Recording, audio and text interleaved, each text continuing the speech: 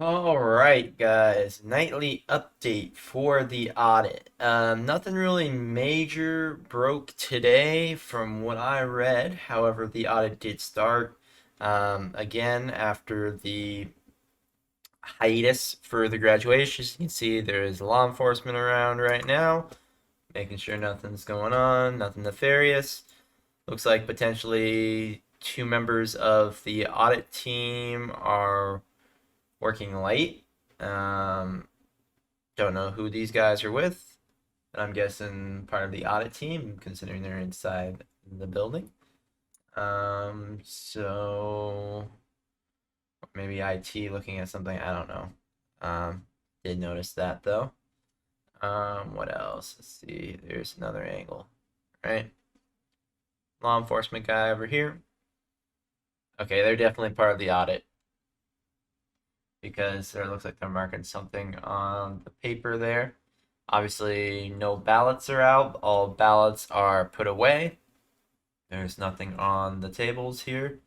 It looks like they're going over just results from the machines or some type of data they've pulled throughout the day that they've printed. So they're going over that on one of the computers right now. So again, auditors working late into the night, and that means they must have found something major today that needed to be addressed right away. So hopefully we'll hear something from Ken Bennett tomorrow. But some other things we got to talk about, and this is last week. Obviously, they were able to recover that deleted database through the forensic recovery process. Now, you had Ben Cotton from Cypher, who's part of the audit team. So there's Cyber Ninjas and Cypher. I believe there's one other person, which I think was Ken Bennett, but there could be another company involved. I forget off the top of my head. But go ahead and watch the link here. I'll drop it here. So it's azledge.gov, and then again, I'll just drop this in the description of the video if you all missed it. But that was pretty much it. Obviously, the Secretary of State and Democrats are, stating, "Oh, you better save your, records because we're gonna come after you after this." And it's like, well, guys, you do realize this. Let's find the camera angle with it. Big server right here. Cameras all over, literally recording every action. You don't think they're also going to be holding on to their other communications? I mean, seriously, the gall of some of these people. But as we know, this whole deal started off with lawsuits and the county not wanting to give this over to the Senate to do their own investigation. We get through all the lawsuits. It's after the January 6th date. Obviously, no results are going to get changed. And again, like what the Senate President Karen Fann has said, is that this is in no way going to change the election, right? Of 2020, they can't recall electors. They're not going to do any of that. However, what it could mean going into 2022, and this is something that I'm going to guess, but I already know that Senator Townsend is trying to get some bills passed. One being to audit the voter rolls, right?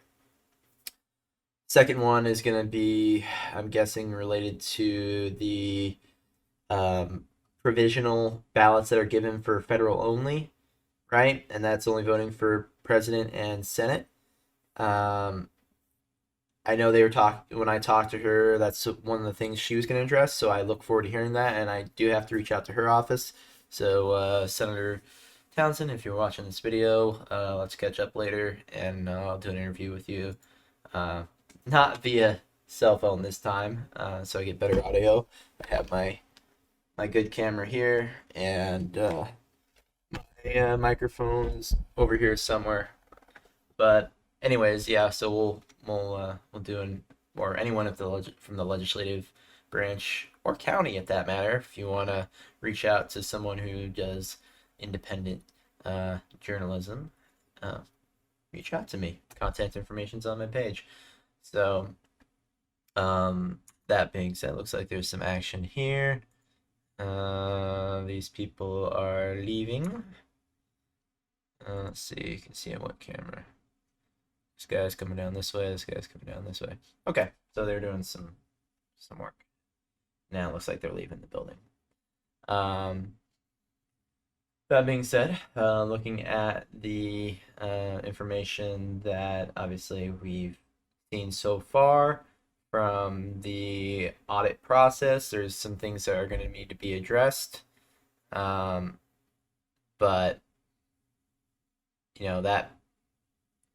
that'll be interesting to see how that unfolds. I know right now chain of custody has been brought up, right? Were the servers connected to the internet? If they were, obviously that's a violation of procedure. Gotta make sure that doesn't happen again. Can we clean the voter rolls, like I mentioned prior, so that we only have legal votes on there? And there's a bunch of other stuff they have to address too. And I think the biggest thing, and I'm gonna ask this to anyone who's watching, who's a legislative member, take back your role in certifying the election. Let's not have it going through this long, drawn-out court drama anymore. It goes straight to you guys, and you investigate. Maybe with the courts involved, but in the end, it needs to be you and the legislature that does this, and not the executive branch, because there is those checks and balances, and we really need you guys to have those checks and balances. And by that, I mean, like, this would have been done with months ago, because what ended up happening is the same group that certified the machines in the first place also certified the the quote-unquote audit that Maricopa County did. So this would have been done with. You would have already had a third-party firm like Cypher or Cyber Ninjas come in, a reputable group, right? And they would be, telling them, hey, yeah, this is what happened. Obviously, the first contractor who came in, the first company missed some stuff, and we found some issues, and this is how it affects the election. And the legislative branch goes, hey, okay, well, that's verified, so what are we going to do? At that point, it puts to bed the debate if there is any wrongdoing, all that stuff right away, and we don't have these long, drawn-out court battles. And obviously, the issues of subpoenas right now not being enforced because, well, that's the camera. Or I should say not being enforced, but not being honored, right?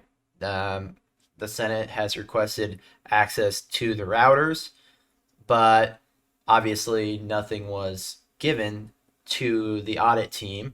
And Senate, was it Sheriff Penzone, is claiming that it's going to put Social Security, it's going to put police data, it's going to put all this stuff at risk, right? And how is it going to do that if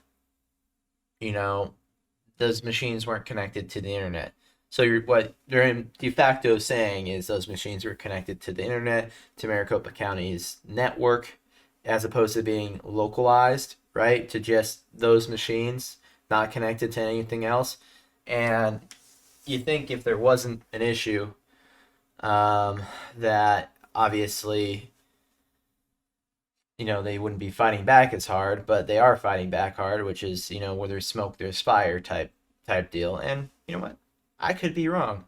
There could be no issue found at the end of the day, but some of the stuff they've already announced is fairly damning. I mean, the other thing they brought up the other week, before they went on hiatus, was there wasn't matching ballots per box than what what the county sent over. And then you found the duplicate error, right? And the duplicate issue was they had basically duplicate ballots in there that were printed, right? But they had no original number to tie them to. So let's just say ballot 1, 2, 3, 4, 5, right?